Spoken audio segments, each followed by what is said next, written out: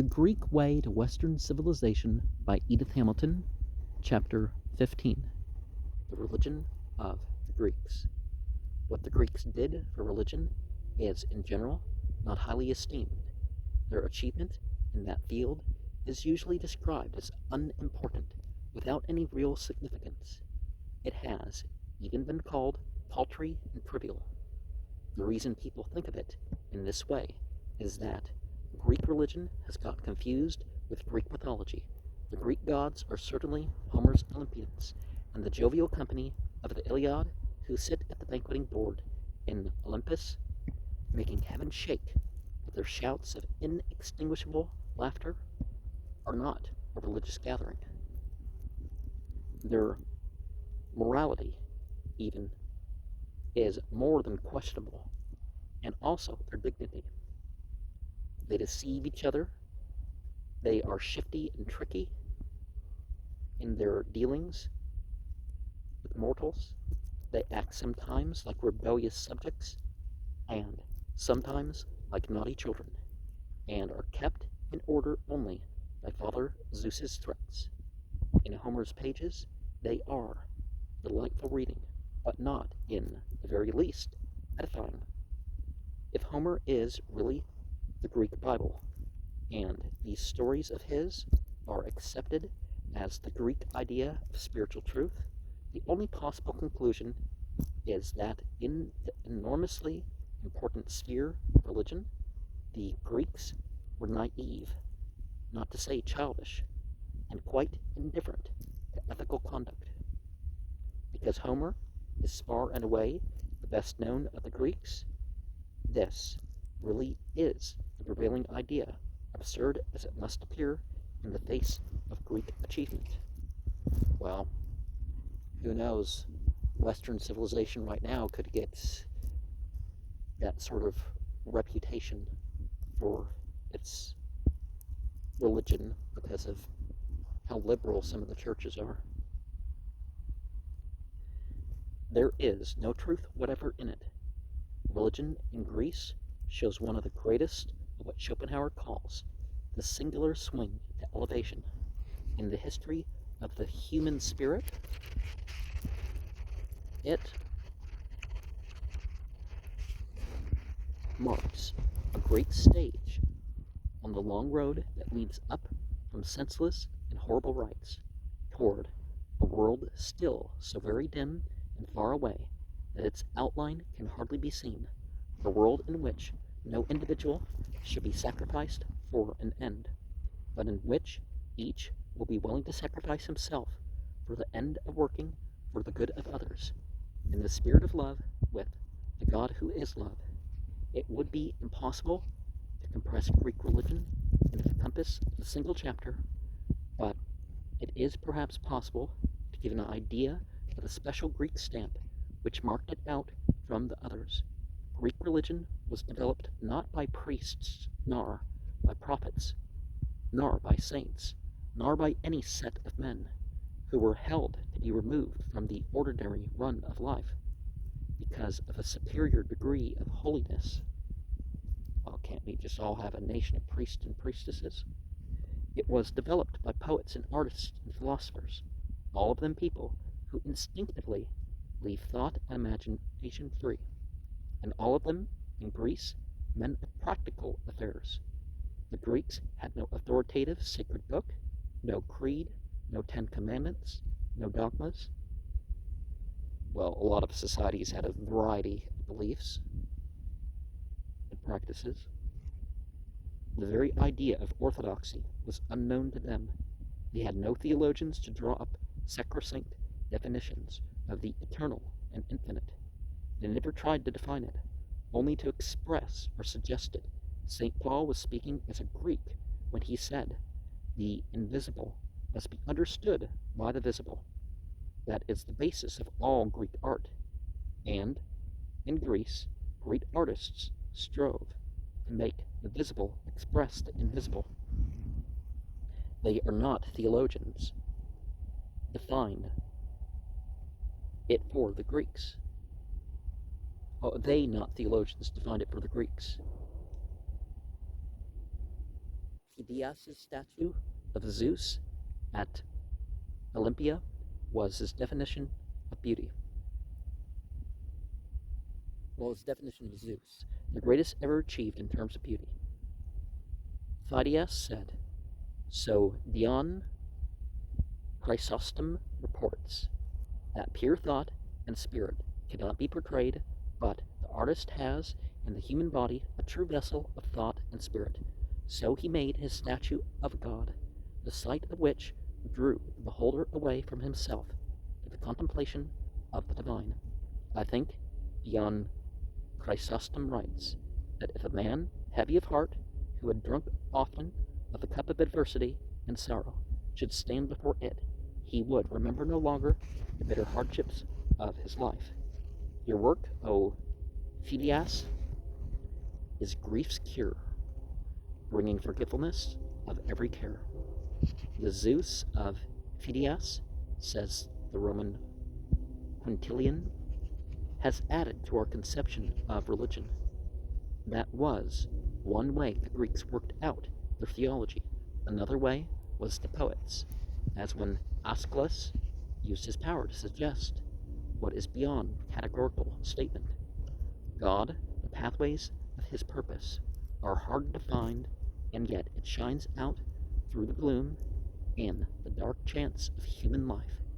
Effortless and calm, he works his perfect will.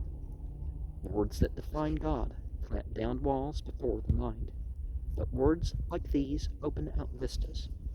The door swings wide for a moment. Socrates' way was the same. Nothing to him was important except finding the truth, the reality in all that is, which in another aspect is God.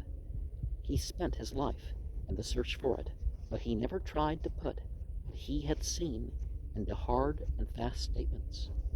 To find the Father and Maker of all is hard, he said, and having found him, it is impossible to utter him.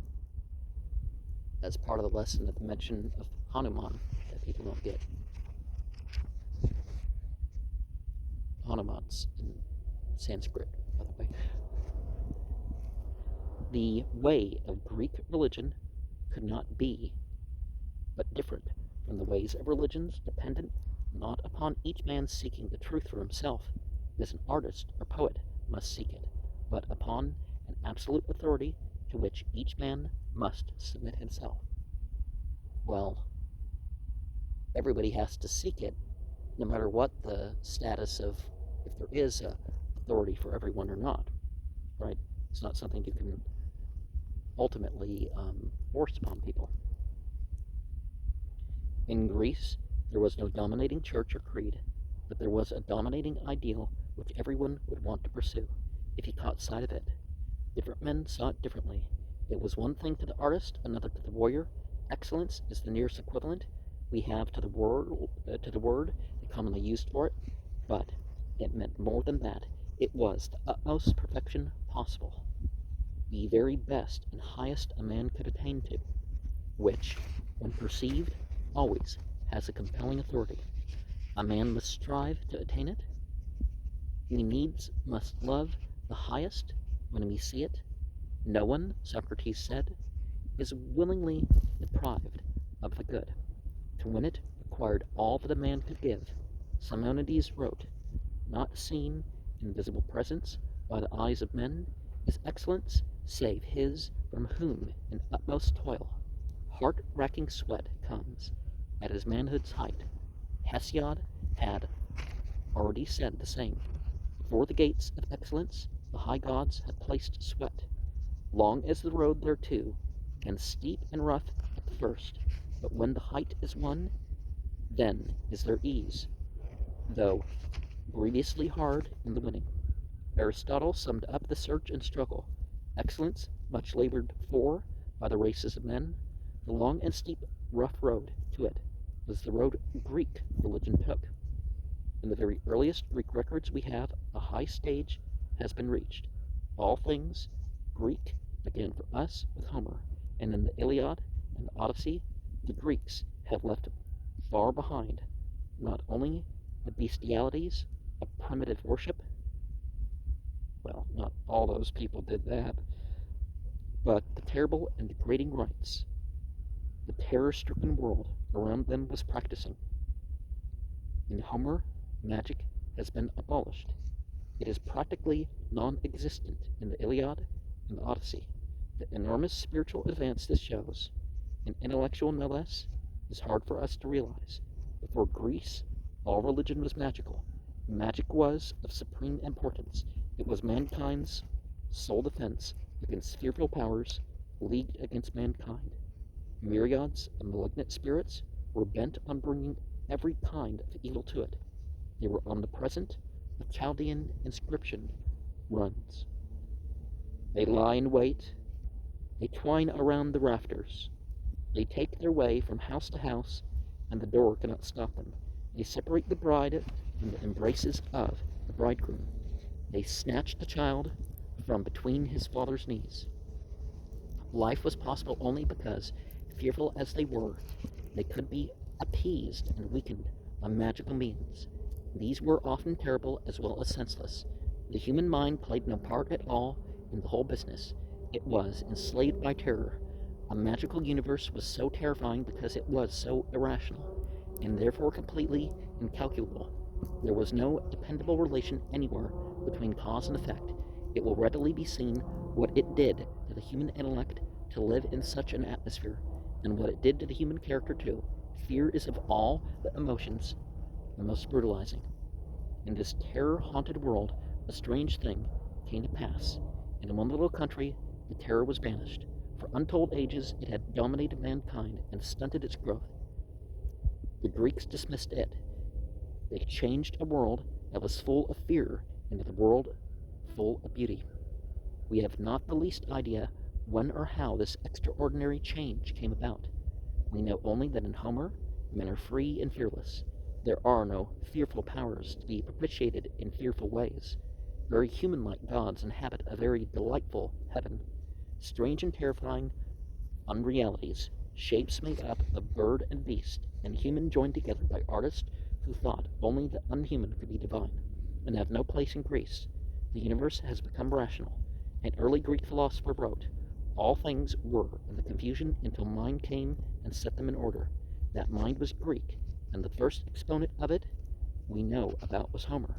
In the Iliad and the Odyssey, mankind has been delivered from the terror of the unhuman supreme over the human. Homer's universe is quite rational and well ordered and very well lit. Well, mythology can be combined with that. When night comes on, the gods go to sleep. There are no mysterious doings that must shun the eye of day, either in heaven or on the earth. If the worship of the powers of darkness still went on, and there are allusions to practices that point to it, at least literature takes no notice of it. Homer would have none of it, and no writer after him ever brought it back. Stories like that of the sacrifice of Iphigenia, which clearly pointed back to brutal rites, always represent what was done as evil. An ancient writer says of Homer that he touched nothing without somehow honoring and glorifying it. He was not the Greek Bible. He was the representative and spokesman of the Greeks. He was quintessentially Greek. The stamp of the Greek genius is everywhere on his two epics, in the banishment of the ugly and the frightful and the senseless, in the conviction that gods were like men, and men able to be godlike, in the courage and undaunted spirit with which the heroes faced any opponent, human or divine.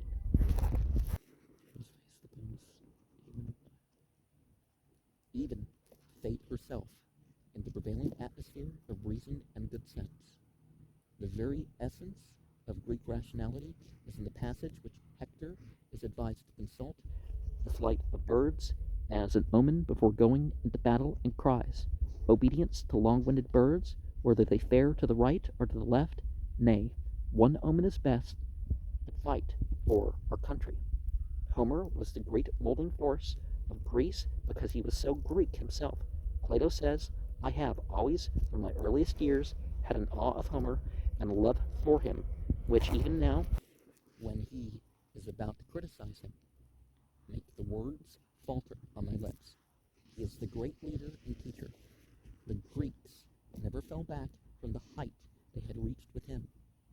They went further on, but not in the directions he had banned, away from reason to magic, and away from freedom to creeds and priests.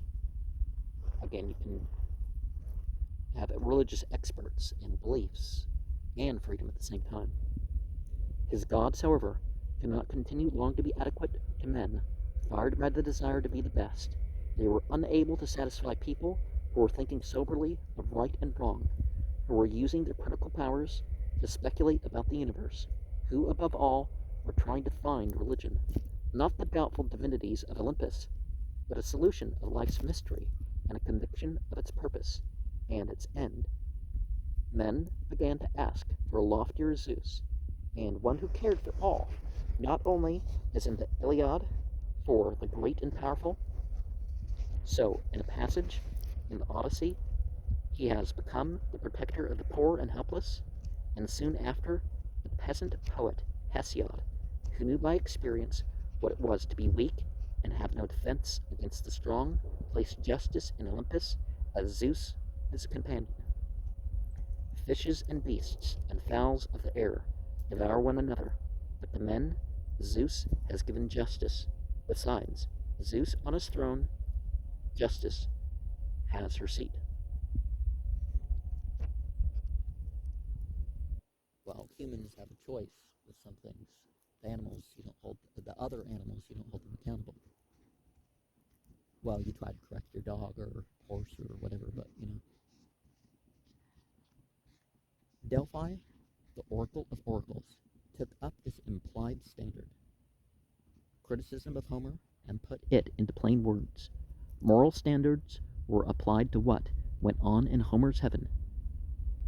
Pindar, Delphi's greatest spokesman, denounced Homer as speaking falsehoods about the gods.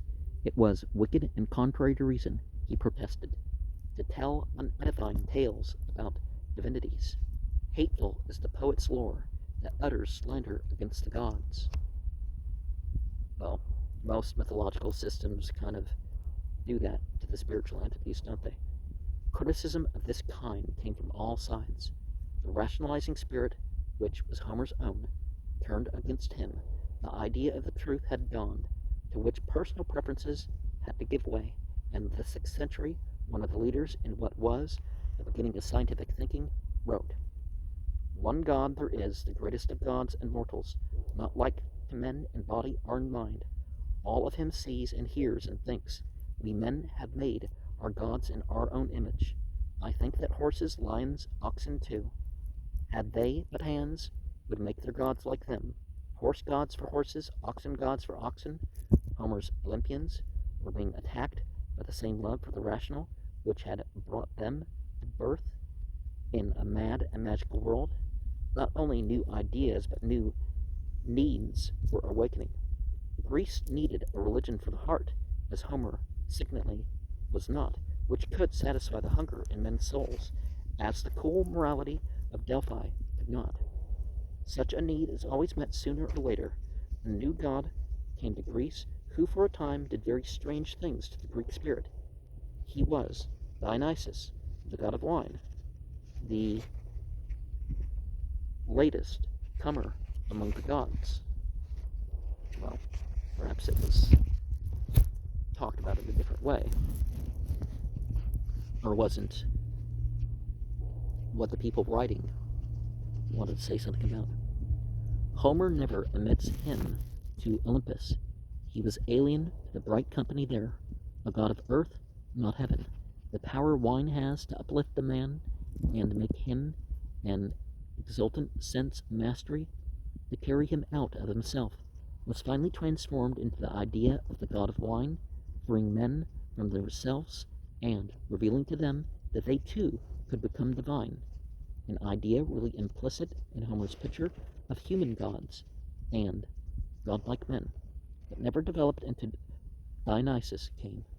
His worship must have begun in a great religious revival, a revolt very probably against the powerful center of worship Delphi had become. At any rate, it was the very antipodes to Delphi.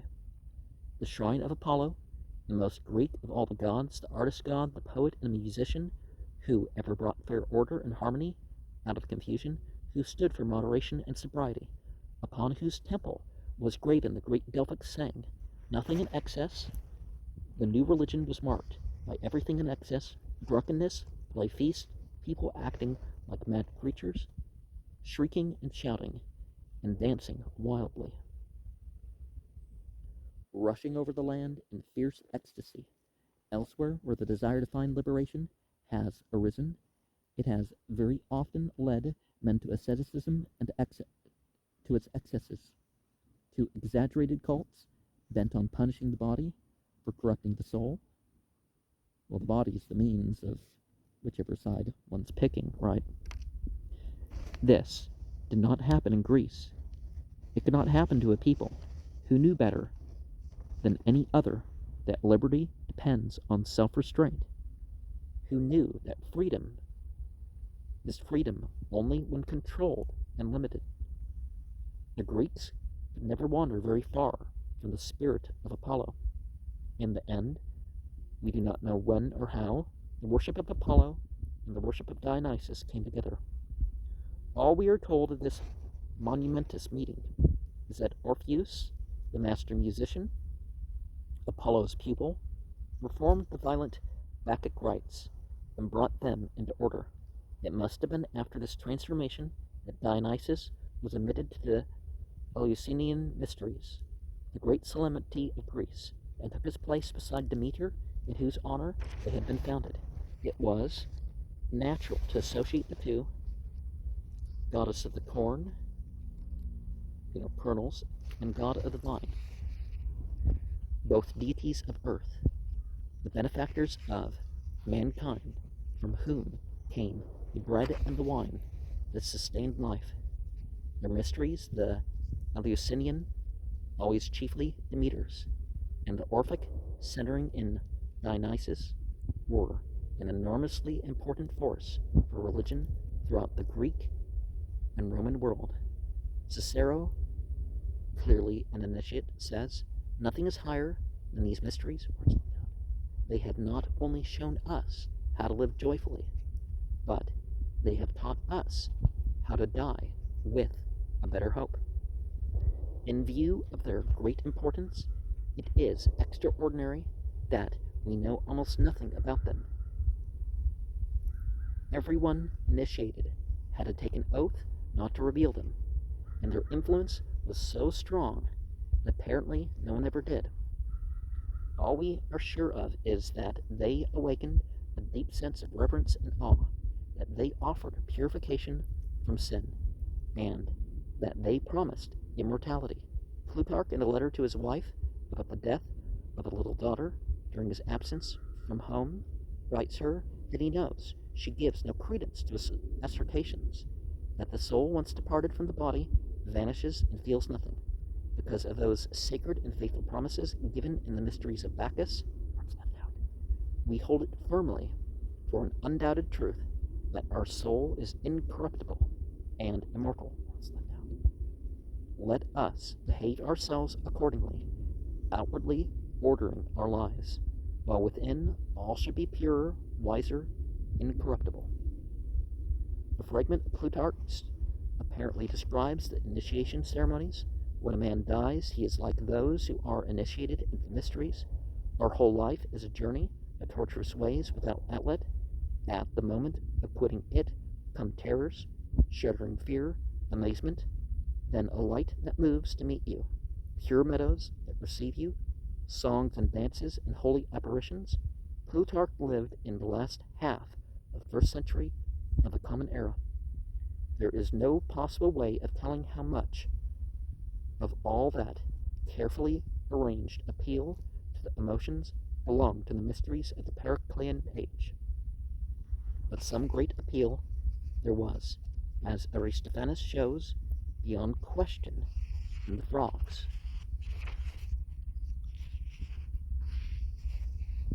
Hercules.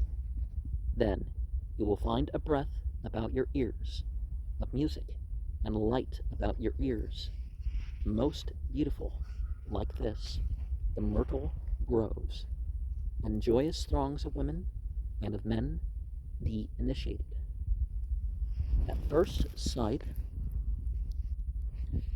this whole matter of an ecstatic religion of salvation wrapped in mystery and highly emotional is foreign to our idea of the Greek.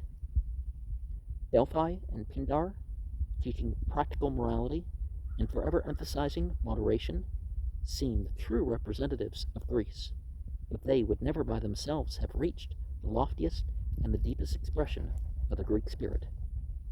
Noble self-restraint must have something to restrain. Apollo needed Dionysus, as Greeks could be trusted to perceive. He who, not being inspired, Plato says, and having no touch of madness in his soul, comes to the door and thinks he will get into the temple by the help of art, he, I say, and his poetry are not admitted. The Delphic way and the way of Dionysus reached the perfect union in the 5th century theater. There, the great mystery, human life, was presented through the power of great art. Poet and actors and audience were conscious of a higher presence. They were gathered there in an act of worship, all sharing in the same experience. The poet and the actors did not speak to the audience, they spoke for them. Their task and their power was to interpret and express the great communal emotion.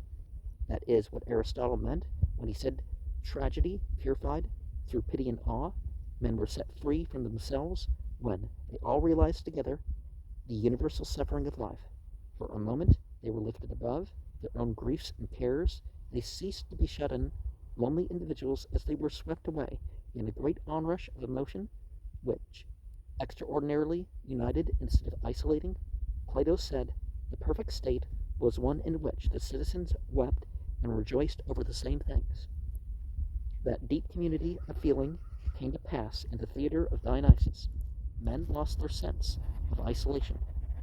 The religion of the mysteries was individual, the search for personal purity and salvation. It pointed men toward union with God.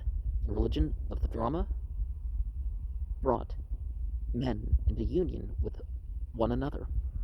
Personal preoccupations fell away before the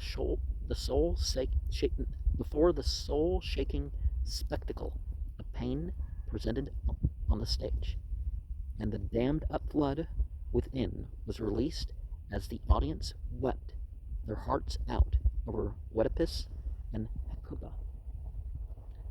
But in the long and terrible struggle of the Peloponnesian War, ideals grew dim. Safety, not salvation, was in men's thoughts. The spirit of getting what one could, while one could, in a world where nothing seemed certain.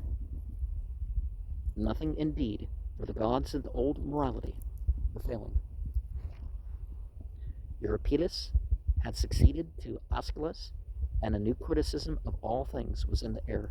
In Pericles' Athens, a noted teacher was declaring that whether there are gods or not, we cannot say, and life is too short to find out.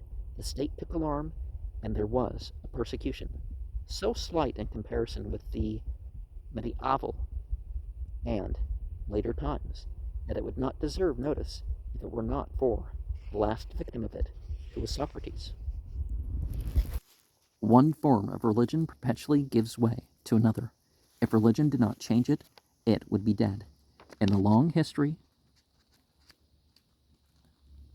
of man's search for God and a basis for right living, the changes almost always come as something better. Each time the new ideas appear, they are seen at first as a deadly foe threatening to make religion perish from the earth. But in the end, there is a deeper insight and a better life with ancient follies and prejudices gone. Then other follies and prejudices come in, and the whole process has to be gone over again. So it was at this time in Greece, when the supports of all belief seemed to be giving way. Socrates taught and died because of his teaching. In the bitter disillusion caused by the long drawn-out suffering of the endless war, and even more by the defeat of the Athenian spirit before the hard, narrow, intolerant Spartan spirit, Athens needed above all to be brought back to a fresh realization of the old ideal which her three tragedians had presented so magnificently. She needed a restatement of excellence, and that is what Socrates did for her and all the world to come. He can never be separated from Plato.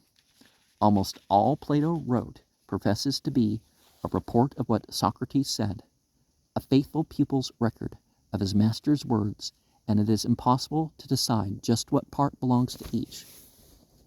Together, they shaped the idea of the excellent, which the classical world lived by for hundreds of years, and which the modern world has never forgotten.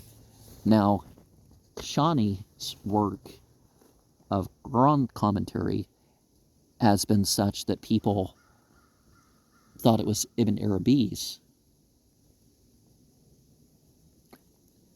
and it can be hard to distinguish sometimes what the opinion of which was.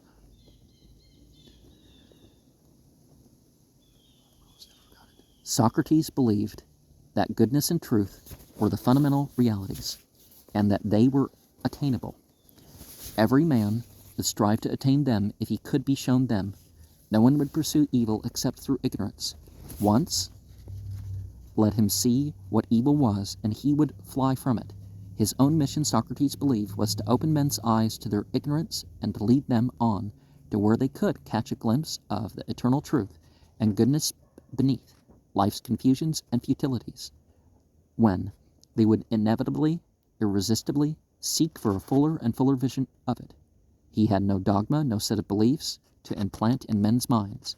He wanted to awaken in them the realization that they did not know what was good, and to arouse in them the longing to discover it.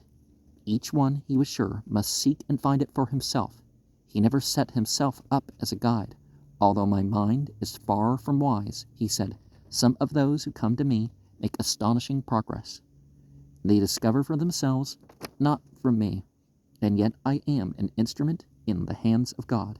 He was always the seeker, asking, not teaching, but his questions upset men's confidence in themselves and in all the comfortable conventions they lived by.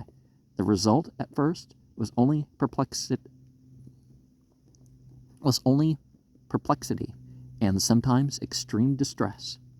Alcibiades told the company at Agathon's dinner table, I've heard Pericles and other orators, but they never stirred my soul or made me angry at living in a way that was no better than a slave.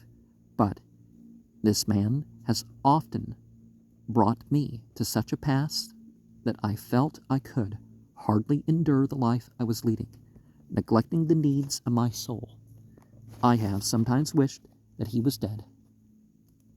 Aristotle says happiness is activity of soul. That defines precisely Socrates' way of making men happy. He believed that the unexamined life, the life of those who knew nothing of themselves or their real needs and desires, was not worthy to be lived by a human being, so he would sting into activity the souls of men to test their lives, confident that when they found them utterly unsatisfying, they would be driven to seek what would satisfy. His own life did as much to arouse the divine discontent as his words did. He was aware of a counselor within him which guided him in all his dealings and enabled him to maintain a perfect serenity of spirit always. When he was taken to court on a life and death charge of corrupting young men, and no pupil of Socrates could take seriously Homer's gods, still the state religion, he jested with his accusers in a spirit of perfect goodwill, refused with complete courtesy to save his life by a promise to give up teaching, and ended by comforting his judges for condemning him to death. Be of good cheer, he told them, and know of a certainty that no evil can happen to a good man either in life or after death. Well, good and evil, perhaps you could say, is in a different platform. They may be victims, but, it doesn't happen to the real person, you could say. I see clearly that the time has come when it is better for me to die, and my accusers have done me no harm. Still, they did not mean to do me good, and for this I may gently blame them. And now we go our ways, you to live and I to die. Which is better, God only knows.